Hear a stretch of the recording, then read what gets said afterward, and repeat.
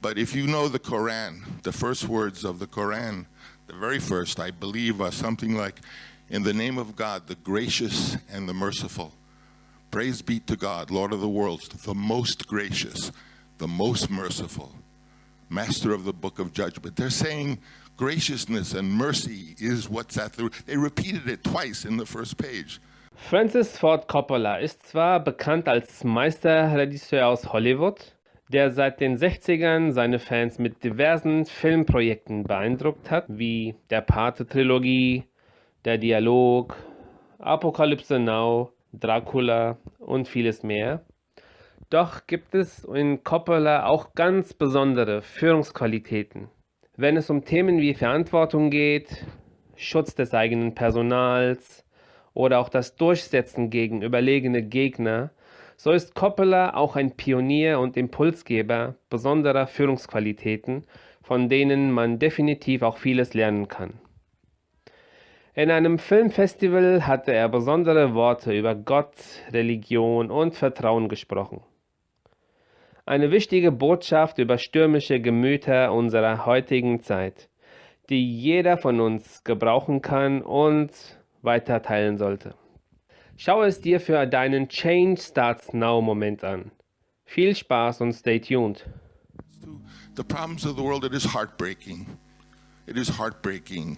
But if you know the Koran, the first words of the Koran, the very first, I believe, are something like, in the name of God, the gracious and the merciful. Praise be to God, Lord of the worlds, the most gracious, the most merciful, master of the book of judgment. They're saying graciousness and mercy is what's at the root. They repeated it twice in the first page. It's you we worship, and you we ask, lead us to the straight path, the path of those you have blessed, not those against whom there is anger or who are misguided.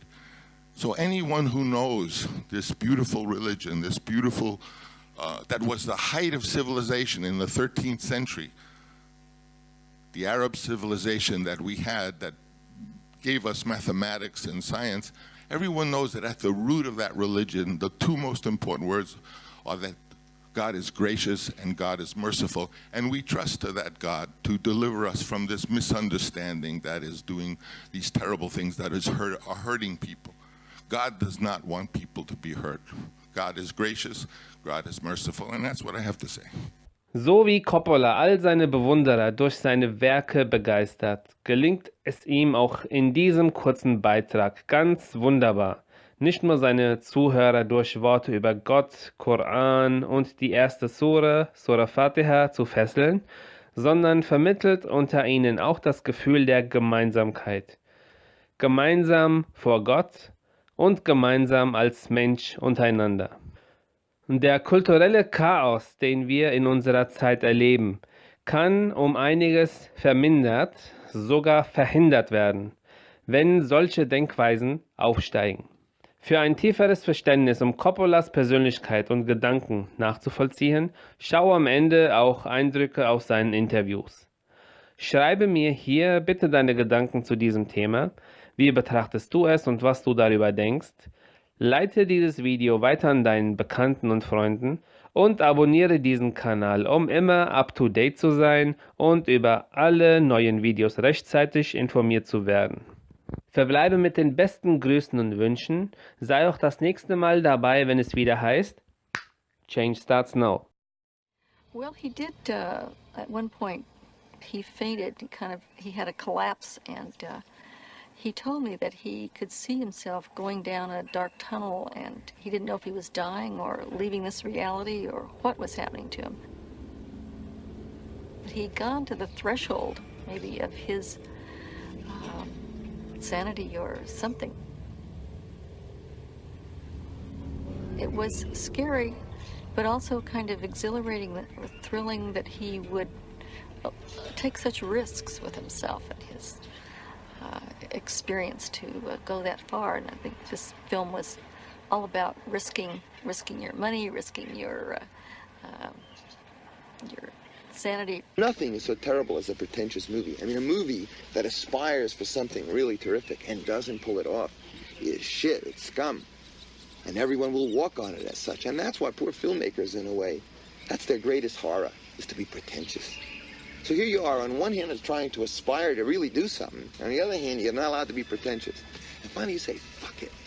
I don't care if I'm pretentious or not pretentious, or if I've done it or I haven't done it. All I know is that I am going to see this movie. And that for me, it has to have some answers. And by answers, I don't mean just a punchline. Answers on about 47 different levels. And it's very hard to talk about these things without being very corny. You use a word like self-purgation or epiphany, they think you're either a religious weirdo or an asshole college professor. But those are the words for the process, this transmutation, this renaissance, this rebirth, which is the basis of all life. The one rule that all man, from the time they first were walking around looking up at the sun, scratching around for food and an animal to kill, the first concept that I feel got into their head was the idea of life and death. That the sun went down and the sun went up. That the animal, the crop, when they learned how to make a crop, it died. In the winter, everything died. And to the first man, he must have thought, oh my God, it's the end of the world. And then all of a sudden, there was spring and everything came alive and it was better. I mean, after all, look at Vietnam. Look at my movie. You'll see what I'm talking. Because they're so inspiring, these talks that we had together. And I know filmmakers would love to hear it. And you always were someone who influenced and inspired young filmmakers, all filmmakers, and artists in general. And here's why. I think sometimes our early days are kind of what define us as filmmakers. I want to just talk a little bit about, how you started and how you became someone who told stories visually, because you're a man of many talents and you could have chosen many different areas to express yourself creatively. Why did you pick filmmaking? Well, I was, as a kid, a boy scientist. I was in love with science, and particularly in the discovery and the utilization of electricity. So I would have to say that I began sort of as a technologist. But at the same time, as a little kid, I knew all the fairy tales. I knew all the Hans Christian Andersen fairy tales, all the Brothers Grimm fairy tales, and listening to, in those days, the radio program, Captain Midnight. So there were those two influences. Technology and stories takes you to the cinema. And also, I was blessed by having an older brother. My brother was sweet to me and kind and took me everywhere, and also took me to the movies. And It seemed like you were always leader of the pack. I mean, and you're such a mentor and like that, where you're always supporting only your in college, though. Before, I was just the quiet, lonely kid who had just gotten to schools. My father, every year, would take me out of school, put me in another school. And as a result, I had no friends. And so I would gravitate to the theater department, because they always need kids who can work the lights and build the sets. And of course, that's where the girls were in these new schools. So I wanted to be where the girls were, and I just started hanging out there, and eventually got a partial playwriting scholarship to college. So you already had that feeling of leadership because of the theater, and then because you have such a strong leadership quality. I was wondering where that developed. It happened at this suburban school that happened to have a wonderful theater, Hofstra College.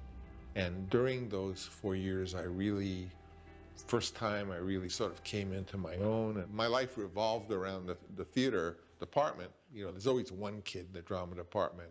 It's still like the kid in Rushmore, if you remember Rushmore.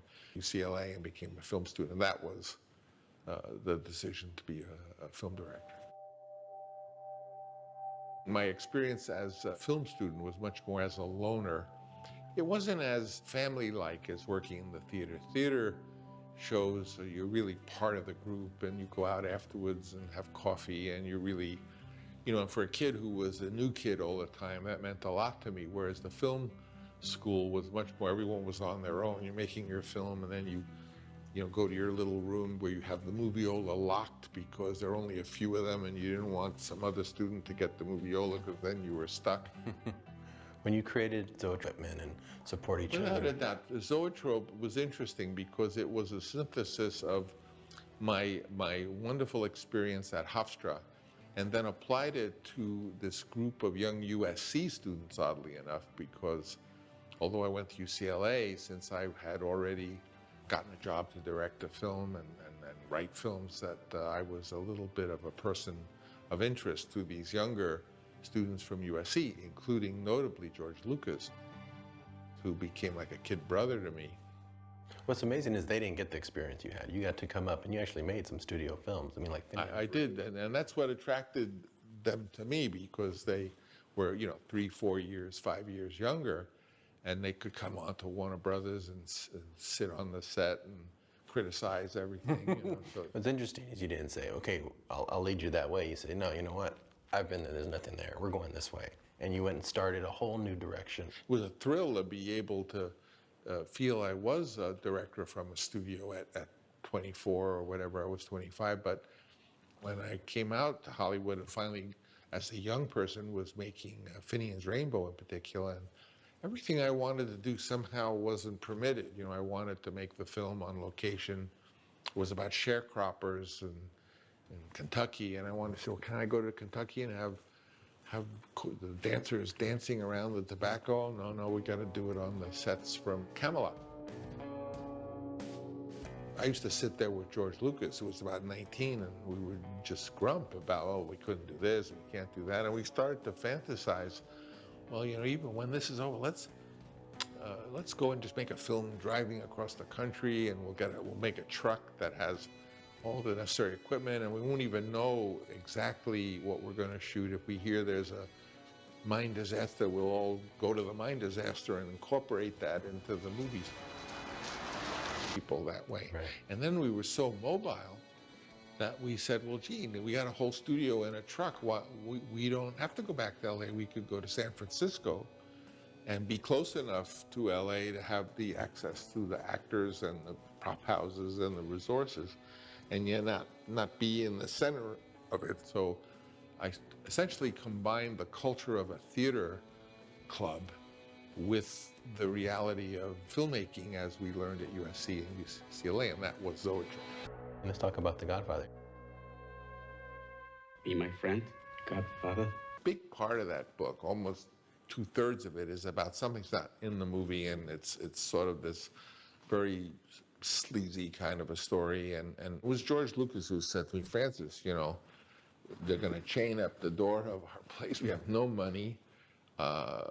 You've got to do it. And it's true. I had already 2 kids, 1 on the way, and I realized, it's kind of like being a prostitute, in terms of, even though you're this prostitute and you have to perform this act, which should only be done for love, you must look at the prospective client and say, well, he's got nice hair, and there's a kindness to him. You find something you can fall in love with. You say you read the book and you decided, when you looked at it again, to strip it away to what you found personally attracted to you, that story of the king and his The 3 father sons. and the sons.